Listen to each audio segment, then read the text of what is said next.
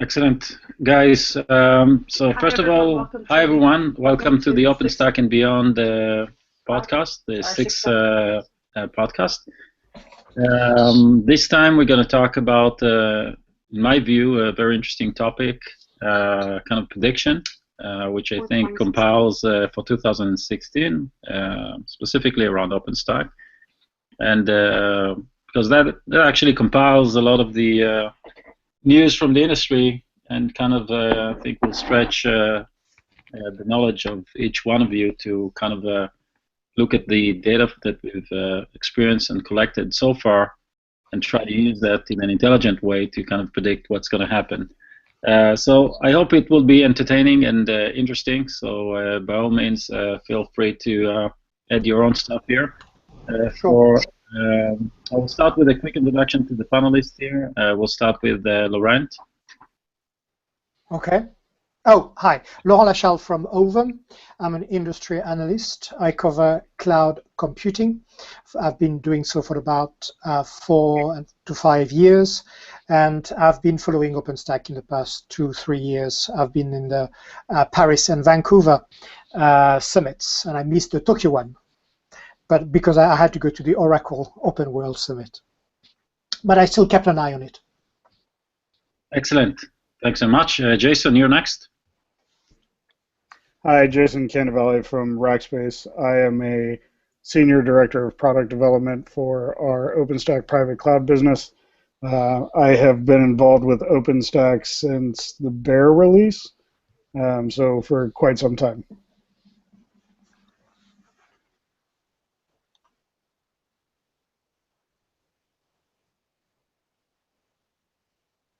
Next one is Avishay.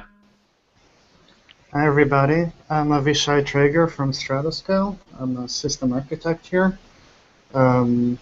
Previously I was also a Cinder core member for about 3 or 4 releases. So I'm heavily involved in the community as well. Excellent. So I think as a kind of a way to kick off the discussion here, what we think we've seen in 2015, and I think we've all experienced, I would call 2015 the year of the cloud, because there's been many news. For example, the latest one being Dell and obviously MC, but before that Docker went to Foundation, and Google I think made good head starts with Kubernetes, and obviously the new releases from OpenStack this year. So I wanted to kind of start maybe with a quick summary of 2015, and each one of you could say what was the biggest news in his view of 2015 before we move to the rest of the topic. So Laurent, why don't you start? My biggest news, as far as you mean OpenStack is concerned, or the general I think cloud market? General cloud, and try to be, you know, obviously leaning towards OpenStack. Okay. Well, they are. I mean, the Linux Foundation. That's right. The OpenStack Foundation is trying to make OpenStack more enterprise focused, moving from deployment to management, ease of administration. And they've got this Win the Enterprise program. So the whole shift, the whole improvement of focus from just away from just technology towards more of an enterprise, how the enterprise use OpenStack is, I think, the core and most important shift as far as OpenStack is concerned. And the problem is that it has only just started, and it's making baby step, and it needs to be better, wider, deeper. Excellent. Anyone else wants to add his news from last year, from this year actually? Yes, I can add. Similarly, when I look at the, at the various summits, hearing what the developers are talking about, it's also, less concentrated on, shiny new features and more towards stabilizing OpenStack, getting it ready for enterprise. We also see more and more interest in OpenStack, more deployments. So it looks like we're heading in a good direction. Good. Jason? Yes. So I was actually going to say the move to Big Tent, the separation of just 4 or 5 core projects into now allowing many core projects, to Laurent's earlier point, that cover a much wider span of the cloud ecosystem than we have in the past. I think it was an interesting move by the foundation. Rather than tightening the core, they actually expanded who would be able to be a core. It is a good move. DevCore is a good move. However, it is confusing, and it's been acknowledged in the latest results of the survey.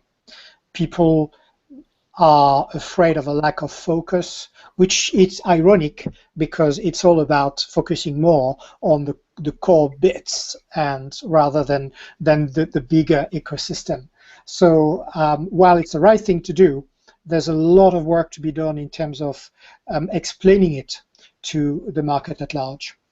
Well, if you look at DevCore as the example of how long it takes OpenStack to explain something, yes. DevCore has been in flight for 2 years, and we're finally there, I think. Yeah. So it'll take a couple of years, I agree, for Big Tent to kind of be understood.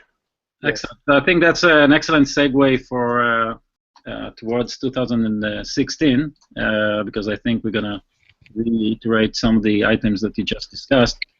I wanted to start with what I would call the elephant in the room here. One of the things that I've encountered is that we use Linux as the kind of a close parallel to what's happening in OpenStack, and also when we're using predictions, we kind of look at the way Linux has been adopted in enterprises and so forth as probably the model in which OpenStack is going to be consumed by enterprises. And we're using similar techniques, basically taking the open source, creating a distro, and having companies behind that distro to sell that. Red Hat, Mirantis, HP, everyone is taking that type of strategy. But one thing that kind of occurred to me when I've read these surveys and when I've seen the reports and when I've met customers themselves, is it really the parallel of Linux? Is it going to be consumed like Linux? Isn't that a much bigger thing? Yeah, no, it's as a project, yes, it is like Linux, and Linux is a kind of the standard in terms of how projects are structured, and OpenStack is similar. Although it doesn't have the wealth of non-commercial distributions like Fedora or OpenSUSE. But it's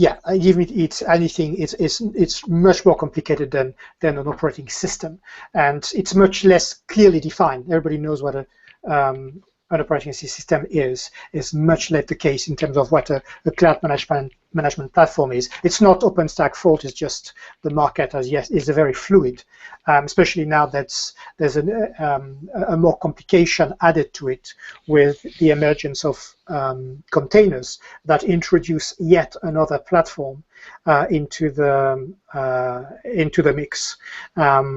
So in fact, what people have to manage is not just the complexity of each of these platforms, but also they will end up having multiple platforms.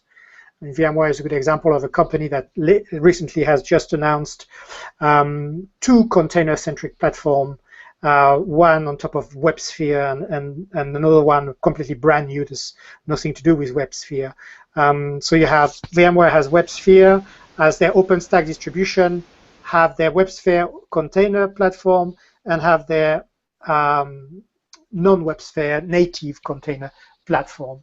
So with all these platforms waving in the breeze, it's a real challenge to kind of pick the right one and then bring them together. I don't think there's going to be one answer to enterprises' expectation in terms of next generation platform, and that's a real challenge. Well, basically, Laurent, I think you're pointing to the fact that what's happening in OpenStack is that it's kind of taking its own life and it's becoming different things. It's not necessarily the same open source that is going to be packaged and then distributed. Like in the case of Linux, it's going to be packaged in very different ways in which the actual package might. Well, yes, there will be. There's lots of different packages, and it's complex.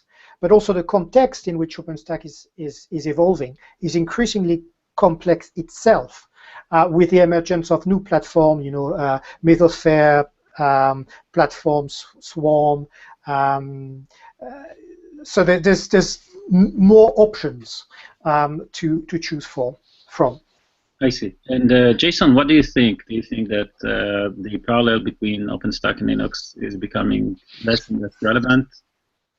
I do, actually. I believe that what we're starting to see, and Laurent started to get at this a little bit, is we're starting to see this shift from distributions of the software itself mattering to more about the operational impacts and how do I make this a hybrid cloud and how do I work with Azure and VMware and AWS as well as my private OpenStack cloud or a public OpenStack cloud.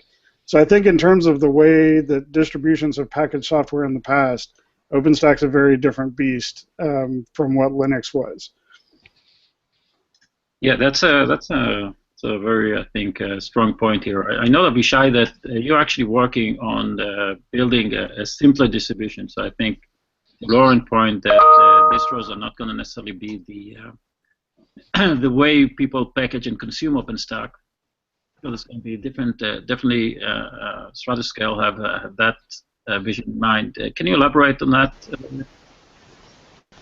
Sure. So Stratoscale is building data center software infrastructure. We have OpenStack components internally, and we also expose OpenStack API outwards, as well as our own API.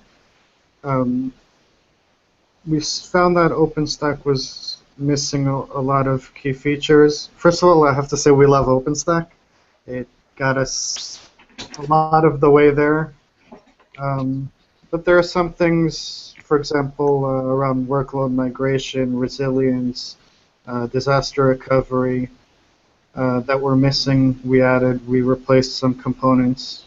For example, we have scheduling that takes all of the different components into account, the VMs and the containers and the storage, as opposed to having separate schedulers. And we tried to make everything more converged, make everything work tighter together. So maybe think of... Would it be right to say that, Avishay, that using in that kind of OpenStack as a universal API and not the actual implementation of OpenStack? Like in the case of VMware and Vaga, I think that's a good analogy in that regard. Well, yeah, some would say that OpenStack is an API with the reference implementation. I don't know if I would go that far. Maybe if we go with the Linux comparison, maybe OpenStack is sort of the kernel, and you have the whole ecosystem around it, whatever separates, Red Hat from Ubuntu, from all the other distributions. Okay, so I think that if I try to summarize that, I think that we're seeing the limitation of OpenStack, and I think that what we're seeing is different manifestation of how companies respond to that. One of them is kind of creating, if you like, a simpler distros that provides like more mature, like in the case of Vio, or more or simpler in the case of Stratoscale, where you're basically trying to create less moving parts by creating a consolidated infrastructure behind it, and kind of use OpenStack as a facade, as the API, as a universal API, and that's one option in which I think the industry is kind of driving OpenStack. The other direction, and I think we haven't discussed that yet, which is becoming a barrier, is how many people can actually operate in a cloud, not just OpenStack. And I think, Jason, you mentioned that the operational barrier, less the complexity of the distro itself, becomes even a bigger barrier, because most organizations don't have the skills to run that. And that's the assumption. What would be the actual target for OpenStack in that context? Jason, maybe you want to start on that.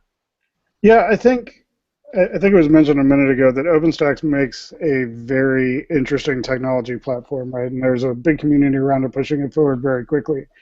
And I think that's important from a technology platform perspective, but that's not the end game for anybody, right? Is I now have to take this in and run it. And we heard just a second ago, it doesn't have DR, it doesn't have, you know, infrastructure tolerance for failures. You know, how do we solve those problems? And I think you tend to be right in that this cloud market has expanded so quickly, you know, between Amazon and the other groups, including the OpenStack world, that the operational capabilities are still being built. A lot of people don't have them yet. A lot of people haven't had to think of infrastructure in this sense before, where it's just an API and there are just a set of simple services running behind it. So I think it's going to be interesting to see the companies in the I don't really want to call it a distribution, but the companies and the technologists that can come out with ways to operate OpenStack much easier. I think that's where it lacks a lot of functionality today, actually, is the ability to keep it up and running. We heard on the survey, it's still very hard to install. It's still very hard to do by yourself. Yes. I think we all want to get away from that. And the complexity is not just... Yeah, one specific question on that for you, Laurent, is that given the skill set challenge, do you think that more and more enterprises and industry will go with a hosted model and, you know, kind of outsource the problem, quote unquote, to someone else, or do still try to go with a distro as the main, a simpler distro, like in the case of Stratoscale, or a more mature one, like in the case of Bio, or we'll try to go with a more hosted model and outsource the problem completely? Yeah. Well, managed cloud is an up-and-coming trend in the cloud computing market, and OpenStack is part of that. It's not the only one. Managed Amazon Web Services is also part of that. Overall, increasingly, an increasing number of people don't want to deal with the complexity of managing a cloud and would like to have that done by a third party, whether that cloud is an OpenStack private cloud or Amazon Web Services public cloud. Mm-hmm. And absolutely, I have people. I mean, that's driven the acquisition of Metascale. That's driven the acquisition of Blue Box recently. But you also, yes, absolutely. But it's not just about the complexity of OpenStack itself. It's also the complexity of a project around OpenStack. The creation of a private cloud is complicated. It's not just the technology itself. It's you have to do a lot more. There's a lot more operational pieces to work with. You have to do release management differently. You have a lot more scripting to deal with. So it's not just the complexity of OpenStack itself as much as the complexity of creating a cloud, a private cloud in many cases. That puts people off. It's not just, you know, OpenStack itself, although it is indeed complicated. And Jason, I think I've seen a recent announcement by Rackspace that they're going to provide managed cloud services kind of in that time. Amazon and kind of abandon providing its own cloud, if I kind of got the message correctly. No, actually, just to kind of clarify that, we are actually keeping our public cloud and our private cloud. If you think of what we're actually doing is we're supporting AWS in terms of if we have a customer that or somebody who wants us to manage their workloads on AWS for them or help them keep it up and running from an operational perspective.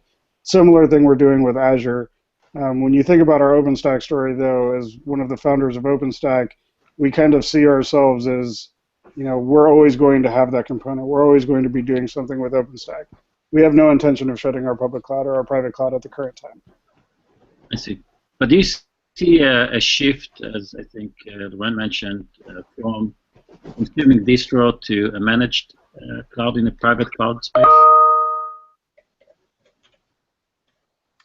I'm sorry, I didn't quite hear the question. I was asking, again, since we're in a prediction thing, do you see a shift from consuming, you know, distros of different likes to a point in which managed service, a hosted service, would become more popular than even distros themselves?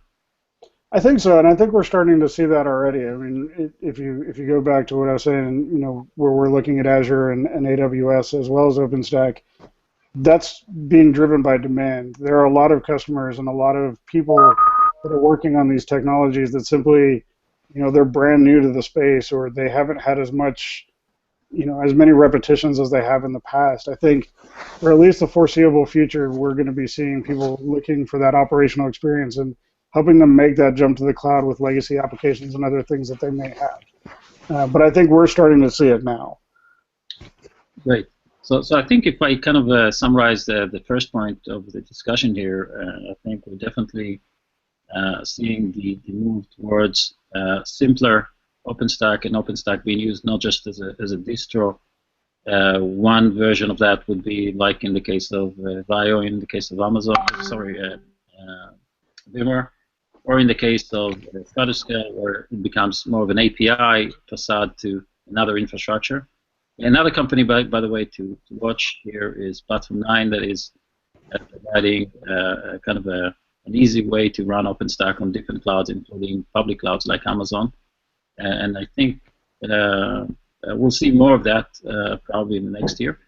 The other point is the shift between consuming distro and assuming, like in the Linux world, that we'll manage it with the support of others, to a point in which we're going to be hosting or outsourcing the problem to a hosted manage. I personally believe that would be a bigger shift there in how people consume OpenStack, and I think some of you, Jason, and I think Laurent, you mentioned that as well, as a trend toward 2016. And that brings me to the next question, which is, I think it's very easy to notice, it's not too hard to notice, that in the latest OpenStack events, there's been a lot of presence by telcos. So originally OpenStack has been pretty much defined in enterprises, but now telcos are embracing it even more than enterprises, with NFV and some other things. I'll start again with Laurent. What do you think about that? Why do you see telcos adopting OpenStack? Well, there's two levels to this question. There's the telco suppliers as well as telcos, and they are connected in as much as the telcos are embracing OpenStack because their suppliers are embracing OpenStack. I'm talking about Ericsson, Alcatel-Lucent, Huawei. All these guys have put OpenStack at the center of their next generation platform. But OpenStack is very much one component of these platforms. These platforms have a much bigger footprint than OpenStack itself. So OpenStack becomes just something embedded in their platform. When you talk to you about Ericsson or Nokia. For other people like Huawei, it's maybe less embedded because Huawei is also a kind of a more generic platform provider. But overall, there is a kind of an adoption at these two levels, suppliers and telecom providers. And it was clear in the past few summits that I've attended where there was a big presence of telcos as well as a big a large number of discussions around things like software-defined networking and network NFV. So network function virtualization. Yeah. So if I try to kind of move it to the prediction towards 2016, do you see that trend continues? Do you see telco embracing OpenStack even more than enterprises, and is that related to? Oh, absolutely, absolutely. I mean, now that the suppliers are committed, the telcos are also committed to OpenStack. But again, that's OpenStack within a bigger context of next generation telecom platforms that deliver a lot of different services with OpenStack embedded into them.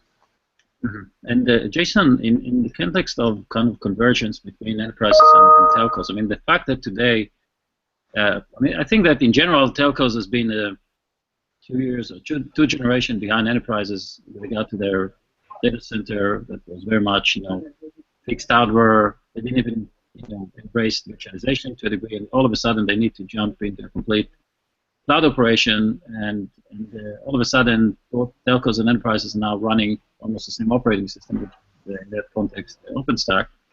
Do you see more convergence happening between the two industries? I think so. I think the rush to cloud for the telcos is a bit of survival, right? So they've got Apple and others that are providing terabytes and terabytes of storage to consumers. Telcos need to be able to deliver something like that. And really, when you think about OpenStack and how big of a community that it is behind it, it gives some sense of confidence that there's enough people behind this that has enough of the features that I need around SDN. And the recent additions of NFV and SRIOV, that they can now start to look at it and start to look at how do I start to offer these servers or services to my end users who are getting picked up by satellite and cable companies all over the world. Mm-hmm. Okay, so I think we can, and Avishay, if you want to, do you have anything to add to that?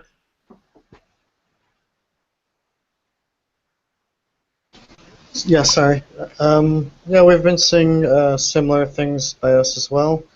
More and more telcos are moving to OpenStack.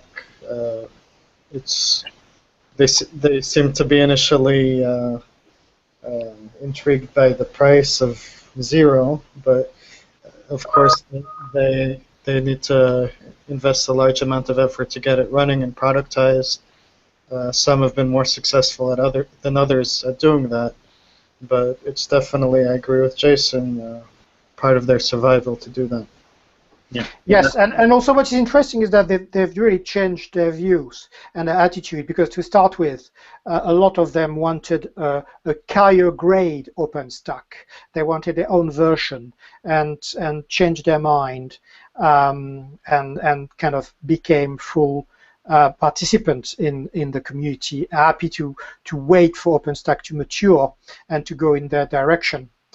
So that's a very positive change as part of, and also it's part of their efforts to have to deal with the convergence of telco system with more generic IT system, because it's also part of telco efforts to move out of their comfort zone into the brave new world of standard IT, IT's product and software product and IT services.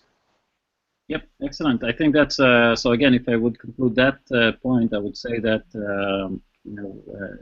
there's a clear ROI, as I think you mentioned, for telcos to embrace OpenStack, which is basically, if you don't embrace it, you're good. So I think that's why we're seeing that that telcos are adopting OpenStack. Where in enterprises, I think the ROI is I think more challenged by other options. I think Laurent and Jason mentioned early on, and therefore we probably see them embracing OpenStack differently. And so I think that there's an agreement also that telcos are going to be probably even a bigger chunk of the adoption of OpenStack in the next year in 2016, given that statement here. That leads me to the next point in the prediction here, which is the platform as a service. One thing that I noticed in the user service, the latest one from Tokyo, is that we've seen the OpenShift one, and we've seen Cloud Foundry in the list there, but I couldn't ignore the fact that out of the top 5, there's been completely new platforms like Kubernetes, obviously Docker is playing a big thing here. Also, our own product, which is Cloudify, has been listed there for the first time. We're starting to see all of a sudden things under the PaaS category that wouldn't be categorized as PaaS before. How do you explain that? How do you? I'll start with Jason. Maybe you could take on that. Sure. So it's interesting that platform as a service, exists as a term. It's always been a very complex set of things. The promise of being able to take your application and automate all the things onto your cloud, it's a big task to take on. So when you see things like Cloud Foundry, they're very complicated, and a lot of you're now adding complexity on top of complexity when you think about the cloud. I think the benefits we're seeing from Mesos and Kubernetes and Docker and some of these others is it's dead simple, right? I mean, in a matter of seconds, I can have an application running inside of a container. It's fully networked and fully ready to go, and I'm not having to deal with all of the moving pieces around a Cloud Foundry or some of the other PaaS platforms. I think as we, if I was going to get back into prediction mode, as we go through the next year, you will see that shift become even more, or even wider than it is today, away from PaaS and onto containers. And if you need to bet who would be the leading one between Cloud Foundry and which is right now in the survey the leading one, and second one is Kubernetes, who would you bet would be the leading one in the next survey? I would imagine that it's going to be some combination of Swarm or Kubernetes that are in the lead by the end of next year. Swarm is nice because it's native to Docker. Kubernetes obviously has the Google pedigree, so it has some name recognition. It's also been stable for a bit longer. I do see Cloud Foundry starting to drop down that list a little bit as this starts to go a little bit faster. Interesting. And Laurent, do you think that we still, the category of PaaS is still relevant? Do we need to come up with a different term for that layer? Well, I mean, middleware has always been a difficult area to define. As much pre-cloud as it is post-cloud. So it's always been something difficult. And indeed, with containers, you have, as I was saying earlier, an extra way to do things. And it happens to be, as Jason mentioned, a way that is rather simple and fast, at least to start with. And then you have to deal with security management, troubleshooting, all that kind of stuff that needs to be done. And on that basis, I mean, the container platforms have still some territory to cover to catch up with more mature platforms. So there's really, yeah. Real quick, I do think it's interesting how fast the tool set around containers is closing. Right, so if you look at the Cloud Foundry world and some of those have taken a long time to get to where they are. But the containers is going fast. It is absolutely true, but I don't think that the market is ready for that kind of speed, and a lot of enterprises will wait for the incumbent provider, like VMware, for example, or Red Hat or IBM, to come up with some sort of way to mix the old with the new. So, and my expectation is that, as I was saying earlier, enterprises are going to end up with several platforms. They will have pure PaaS, mostly on top of infrastructure as a service, so Cloud Foundry and OpenShift. They will have some native stuff, either on their own, a complete Mesosphere stack, or with a mix, so Kubernetes on top of OpenStack, for example. As I was mentioning, VMware has now 2 more platforms to its portfolio, in addition to VMware integrated OpenStack and vSphere to cater for containers. So there's going to be really a wealth of options, and people are going to have to mix and match those. I don't think that any of these applications are going to become the data center operating system of choice anytime soon, because they all have their strengths and weaknesses. Yeah, I tend to agree with you. I think it's going to be a giant mix of different platforms and picking the best technology and what works best for the skills and the skill set and the talent that you have in-house to be able to do that. Yeah. I would add to that I kind of think I picked two things. One of them is that a lot of the enterprises will wait for the incumbents to actually solve the piece of the transitioning complexity, which is how do I move to containers when not all my workload is near containers. We will have to kind of deal, at least in the next year, with how do you deal with that type of mixed workload environment. And a pure Docker, a pure container environment would definitely be able to solve one part of the puzzle, but there's still that other part of the puzzle that needs to be sorted out. I tend to agree with Jason also that probably Kubernetes will see much stronger adoption of Kubernetes over other platforms and service. Interestingly enough, OpenShift has taken, I think, in the right timing, transition itself towards Kubernetes. So it's interesting to see how much value it adds on top of Kubernetes that will make it still viable. That's kind of my perspective on that area. And I think to both of your points, we're definitely going to see a completely new kind of PaaS or application containers that are more geared towards automation than it is towards a platform, as we've seen before, with far greater options of choices and how do I structure my application than it used to be before, and that's going to drive the velocity there. And I tend to agree with that as well. Coming back to Docker in that context, I think we've also seen Docker disrupting the infrastructure itself, and I think, Laurent, you mentioned, I missed Avishay. I'll get back to this question. So the question is, when we talk about Docker in the context of OpenStack, there's obviously Magnum as a project that integrates Kubernetes and integrate other platforms into that mix, Worm specifically, and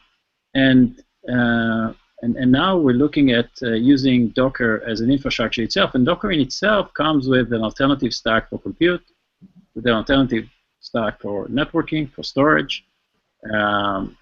So is it going to be just another option to run and still use OpenStack as it is right now? Or are we expecting to see a second generation OpenStack that is much more container native, that is much simpler as a result of that, that basically picks up the Docker storage and compute and deal with that rather than using it just as another option to a VM? I don't expect OpenStack to slim down to become a Docker or container-centric platform. Although I'm sure some OpenStack-based distribution could go in that direction. But as a project itself, OpenStack will remain this broad church that supports VM, containers, as well as bare metal. That's definitely the way it's going to remain. Yeah. And Jason, what do you think? So I think there's some interesting use cases that exist in OpenStack already. If you think about the ability to use Ironic and Cinder in interesting ways to provide a container platform or to provide a base for Kubernetes. I don't think that OpenStack is going to fundamentally change. I think it's going to be a series of more, here's the reference of how we would do that for a while. I do agree that distributions will eventually try to slim it down and fit the exact use case. But I think right now, containers aren't going to win until they get out of VMs. Right? Containers on bare metal are far more interesting than they are inside of VMs. But then you have the security context problems. And I think OpenStack provides a good ability to allow you to accelerate how quickly we're able to close those security holes. Yeah, Yeah, we are in the middle of a alternative or complementary debate. Are container alternative or complementary to virtual machines, for example, or are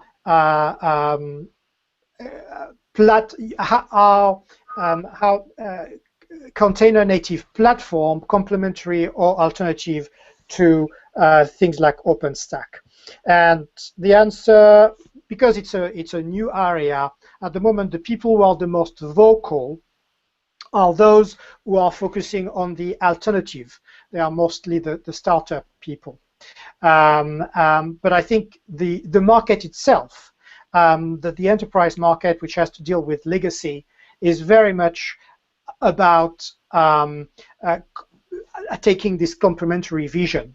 So the market will absolutely be happy with this idea of VM being complementary to container, as well as to have new container platform being complementary to stuff like OpenStack, and OpenStack mixing the two, containers and VM.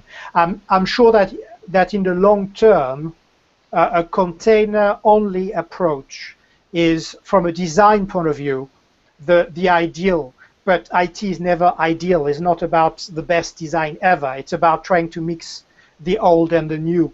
So from that point of view, it will remain messy, and with container and non-container technologies being mixed together for all sorts of reasons, maturity, security, etc. I think that's a perfect segue for Avishay here. Avishay. Yeah, so I agree with some of these statements. I do personally believe that it's complementary, and I don't see containers replacing virtual machines anytime soon. And then there are two different technologies, both of them very important, and I believe that users need to be given the option to be able to run their applications quickly and easily, regardless of the underlying technology. In terms of OpenStack, I agree that they're not going to be ditching virtual machines anytime soon or slimming down. Think similarly to how Ironic started, and Cinder started supporting that, and all the bits got in line to support bare metal. I think we'll be seeing a similar thing with containers. I think there's a general consensus here that OpenStack will embrace Docker, but wouldn't slim itself down, as I think Laurent mentioned, to be only containers, and actually be the kind of universal interface to the complex infrastructure that enterprises have today. I think that would be hopefully a good summary of this prediction, which leads me to the kind of the new ways of embracing, and I think we've kind of discussed that part of how we use OpenStack as an abstraction there, and less of an infrastructure on its own. We kind of discussed that at the beginning. Do you see OpenStack, for example, becoming an abstraction to Azure or to Google Cloud or to Amazon? Do you see that happening anytime soon? Well, I think we've started to head down that path with the identity service, right? So if you think about the work that's going on inside of the Keystone or identity platform to allow SAML authentication against other clouds, while the APIs may be different, it would allow you to, over time, add either other OpenStack or other clouds as other regions of your OpenStack cloud and allow you to interact with them similarly to how you would with your private cloud or your OpenStack cloud. So I think we're headed that way, but I don't know the level of integration, right? OpenStack has always been very shy about taking on the EC2 APIs or trying to manage proprietary APIs outside of their open framework. So it's going to be an interesting integration, but it looks like from an identity perspective, it's headed that way. Mm-hmm. And anyone else want to comment about that? Well, the Amazon Web Services debate. Oh, has been going on for years, and I don't see any resolution. Ideally, yes, OpenStack should support the Amazon Web Services API, and that's what people want. If you look at the survey results, that's what they want, because Amazon Web Services is the #1 destination for integration to OpenStack and from OpenStack. However, I don't think it's politically possible. So I see that, for me, the Amazon Web Services support has to shift from the core upstream project to the distributions. So it's up to the distribution people themselves to deliver on that integration. It's kind of interesting talking about interoperability. So interoperability is both integration and portability. And from an integration point of view, yes, the federated keystone technology allows integration with third-party stuff as well as between OpenStack clouds. But the truth is that while there is integration, there's not really portability between clouds, especially public clouds, because they're all different. And that's where, from a portability point of view, Docker provides an interesting addition, because Docker can deliver that portability Linux containers that people are after, and therefore it is true that a combination of OpenStack and container can deliver that interoperability, both at integration level, mostly with OpenStack, and portability level, mostly with containers. Yeah, so that's I think interesting point about the Amazon API. I was actually asking about the opposite direction as well, which is to use OpenStack on top of Amazon or Azure or Google. Similar to what, if you think about what VMware did with IO, or what Stratoscale did with their own converged cloud infrastructure, and what Platform 9 is doing, the option is there. I mean, yep. Yeah. And so the question is, are we going to see more of that model being adopted also to make OpenStack integrated with other public clouds? So, as you mentioned, Stratoscale, we have OpenStack API kind of over our own API. There are several other examples of companies that do that. I'm not sure if OpenStack will fully embrace, having talking to AWS, but we also see a trend of services that speak with a wide variety of different clouds, like OpenStack and Amazon. One of those examples is Clicker, so it lets you run your application on any cloud. So maybe that would be a more promising direction for the future. Okay, so I think that gets us to the concluding comments, which is the hybrid cloud, and I think that Laurent, you almost summarized it already with the fact that you've identified hybrid cloud as an integration, less as a solution. And you also touched on the fact that Docker solved an important piece here, which is the portability of the workload itself. On the server itself, hybrid cloud has been a popular topic there. Let's use it as a kind of a concluding comment here on the prediction. Do you see OpenStack being used in a hybrid kind of context environment more so than it was used so far, which was mostly kind of a lab of its own and an environment of its own? And if so, which tools do you think will be used to do that type of integration work that Laurent mentioned? So I'll start with you, Jason. Yeah, so the way I think about OpenStack now is most of the focus is on private clouds. And private clouds are likely going to become the center of the hybrid cloud platform, right? So if I think about the identity federation work going on and some of the other work going around, the intent there is to make it so that my private cloud becomes the authentication endpoint for all of my other clouds. That allows me to do some interesting things with containers or with AWS or with Azure or with VMware, as we've talked about a number of times. I don't know what those tools are going to be yet. I think there's still some work to be done to understand how to even get the workloads to work between the two. I think there's some interesting software out there that's starting to lead the way, but we'll kind of see how that plays out. And Laurent, what about Tosca? I mean, I know that you've covered that several times. I know that Tosca is an attempt to kind of... Tosca is slightly different in as much as it is about portability of policy between orchestration platforms. So it's kind of a one level up.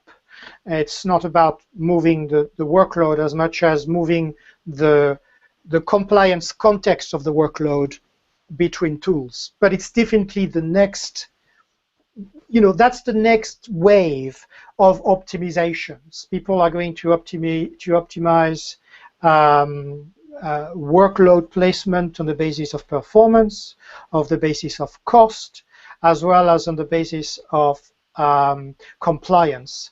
And things like Tosca are meant to create policies that take all the various compliance, performance, and cost parameters in order to make an intelligent decision, and hopefully an automated one. Excellent. So I think we've kind of reached the top of the hour here. This very interesting discussion here. I think I personally could continue that for another good hour, but we'll have to conclude and at least give our audience sometimes to digest all the information that they've been hearing here. So I would like to thank you everyone for joining this call and giving your insights. I know that some of you have jumped in on the last minute, so really, really thank you for that. And follow us on Facebook. You'll find the recording and some follow-up materials there. And thank you all for listening. Great. Thank you very much. Bye-bye. Thank you. Bye. Bye-bye.